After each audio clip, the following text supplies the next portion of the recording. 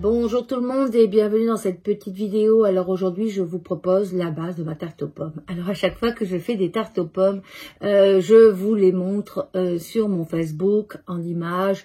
Et souvent quand je fais une coupe, les gens réalisent qu'il y a quelque chose sous mes pommes. Et oui, j'ai toujours une sorte de base que je mets directement sur ma pâte. Et aujourd'hui, je vais vous la proposer. Alors ce matin, j'ai été ramasser des petites pommes. On va aller voir ici, vous voyez, c'est des vraiment mini pommes. Alors comme ce sont des pommes non traitées, je vais garder la peau. Alors je n'enlève la peau des pommes que quand je les achète dans le commerce. Alors l'idée c'est d'aller mettre l'équivalent d'une grosse pomme directement dans un pot et d'enlever bien sûr tout ce qui pourrait être dérangeant, donc le centre et la queue des pommes. Alors vous voyez ici, ça c'est les pommes que j'ai ramassées dans mon jardin. Alors, je vais mettre les mini pommes sur le dessous et je vais garder bien sûr mes belles pommes pour faire la tarte. Et moi ça fait à peu près un bol. Et qu'est-ce que je vais aller faire? Je vais aller mettre 2 cuillères à soupe de sucre. Alors, si vous voulez mettre du miel, vous pouvez mettre du miel. Si vous voulez mettre du tchéong, vous pouvez mettre du tchéong. Ça va juste donner un petit goût. Et là, qu'est-ce que je vais faire? Je vais aller mettre de l'eau. Donc, je vais aller mettre 6 à 7 cuillères d'eau directement dans ma préparation. Et je vais mettre ma préparation au micro-ondes. Alors, si vous n'aimez pas le micro-ondes, pas de trouble, mettez-le sur le feu et laissez compoter. Ce qu'on veut, c'est que les pommes s'affaissent. Alors, pendant que vos pommes sont au micro-ondes, on va aller prendre du beurre. Alors, soit vous laissez votre beurre sur le comptoir, alors on va le laisser pour qu'il fonde, bien sûr. Soit vous le mettez aussi au micro-ondes parce qu'on veut avoir un beurre qui soit mou. C'est à peu près 30 grammes de beurre dans un autre bol. Alors voilà, si vous laissez votre beurre tempérer, vous allez aller le remuer. Donc ici, j'ai mis 2 cuillères à soupe de beurre. Et je vais aller rajouter du sucre. Alors vous me direz, ça fait beaucoup de sucre, mais c'est la base. Et après, je ne mets plus rien sur mes pommes. Peut-être parfois un peu de tchéong. Alors là, je vais mettre dans cette base 3 cuillères à soupe de sucre. Je vais aller mettre 2 œufs. Alors moi, ce sont des tout petits œufs, comme vous le voyez, ils sont très petits. Ce sont des œufs de la ferme. Si vous avez des gros œufs, mettez un seul œuf. Cette fois-ci, les œufs sont de taille minuscule. Voilà. Alors, je fais cette recette plus ou moins au pif, parce que je la fais depuis des années. Voilà.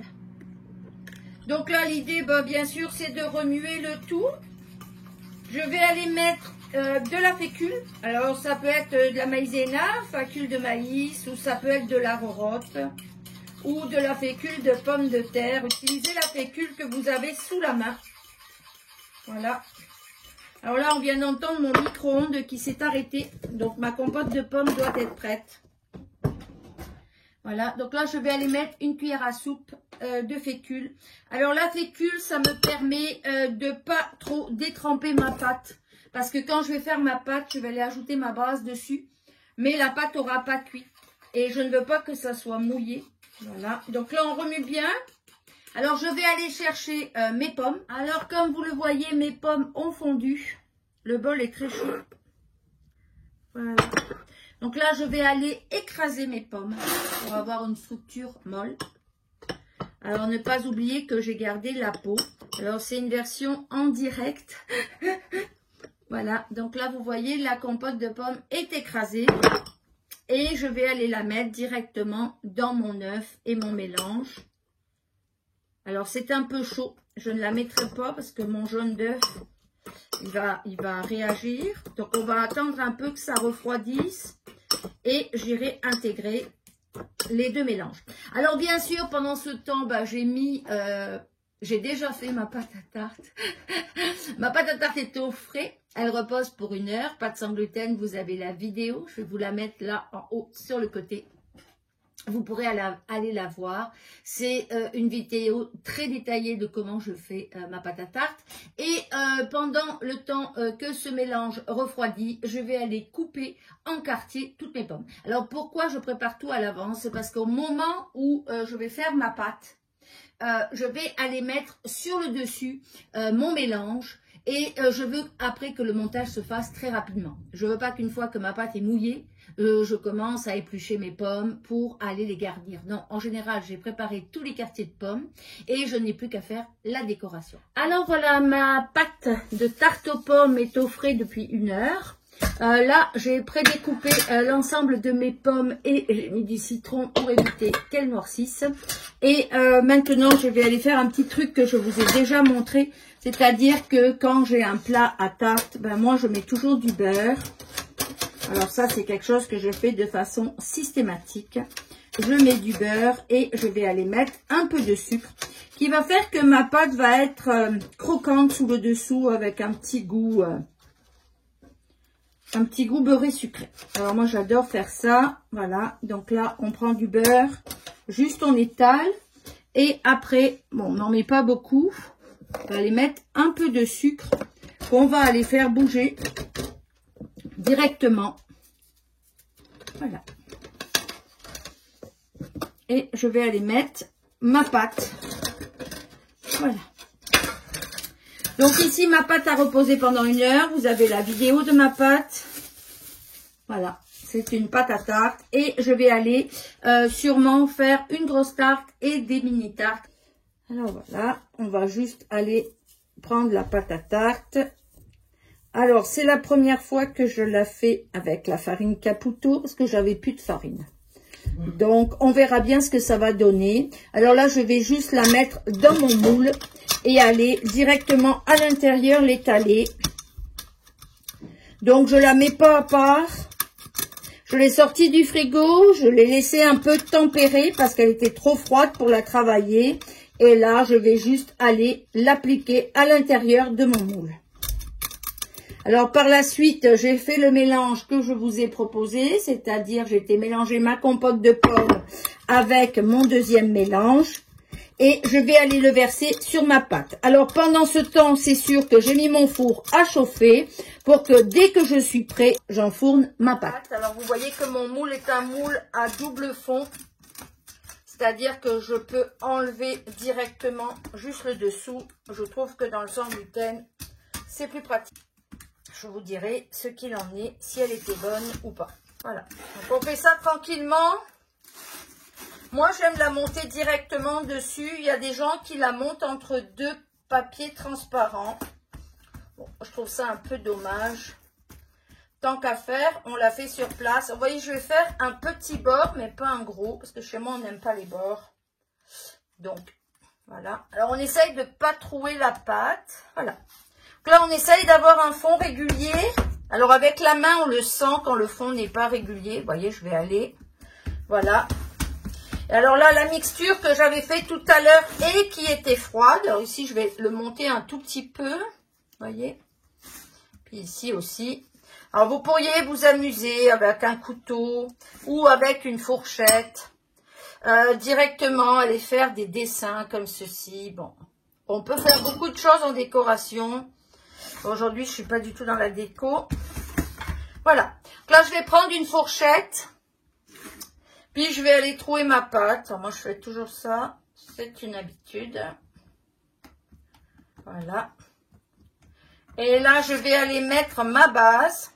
Alors, à ce moment donné-là, vous pourriez mettre dans votre base du Cheong. L'influence de la...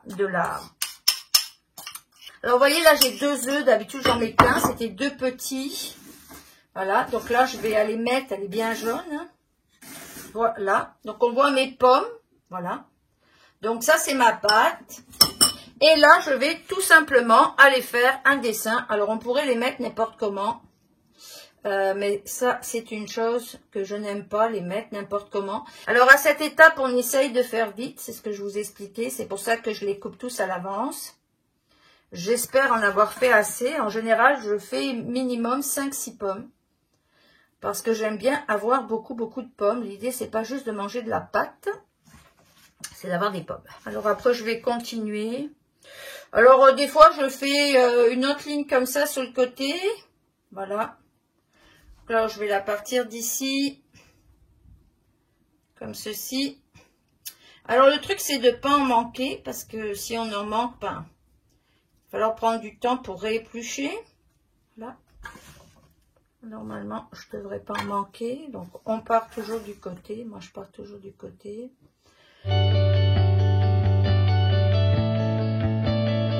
Donc, l'idée ici, c'était quand même la base que vous ne voyez jamais sur mes autres vidéos. Donc, c'est toujours la même base. J'aime bien aller mettre du cheong de cassis parce que mon chum aime le cassis. Voilà. Donc, après, on peut intercaler des plus petits quand il nous en reste. Pour être full pomme, voilà, c'est du détail, mais quand on mange, ben, on mange beaucoup de pommes. Il m'arrive de les congeler. Je les congèlerai peut-être pas cette année, je ne sais pas. Et je les congèle, mais sans les cuire. Là, il me reste encore des pommes, donc je vais juste gosser un peu pour combler les trous. Puis, pendant ce temps, mon four est en train de chauffer. Donc là, on peut aller mettre, si on veut, on pourrait aller mettre un peu de beurre sur le dessus, à certains endroits, juste quelques petits grains de beurre. On peut aussi aller mettre du cheong sur le dessus. Donc, un cheong juste à quelques endroits qui va permettre de donner un petit côté doré. Voilà. Donc, ici, la tarte aux pommes est finie. On pourrait aller mettre aussi un peu de sucre sur le dessus. Moi, j'en mets pas parce que j'estime que dans ma base, il y a déjà assez de sucre. Donc, je n'ai pas besoin d'en rajouter. Voilà, ici, je vais en mettre un. Et là, ça part directement au four. Alors voilà, la tarte est terminée. Alors j'ai oublié de vous faire la finale, c'est-à-dire que la tarte a été mangée, mais elle n'a pas été filmée. Alors je vais vous montrer ce qu'il en reste. C'est sûr que la tarte aux pommes, ça part vite. Alors comme on le voit ici, il me reste une petite tarte aux pommes. Alors ici, ce qui est intéressant, c'est que vous voyez la pâte de la tarte aux pommes qui se tient très très bien, elle n'est pas friable et elle est quand même sans gluten. Et ici, vous avez donc ce qu'il reste de la tarte aux pommes qui a été bien sûr mangée. Mais pareil, on peut voir la pâte. Donc ça, c'est intéressant. Et on peut voir la garniture à l'intérieur. Alors moi, ce que je fais toujours, c'est que je la mets dans un plat comme ceci, pour aller au frigidaire, parce que comme il y a une base avec de l'œuf, du beurre, je préfère du sucre, je préfère la tenir en frigidaire par cette chaleur. Voilà, je vous dis à la prochaine fois. Merci pour votre écoute. Au revoir.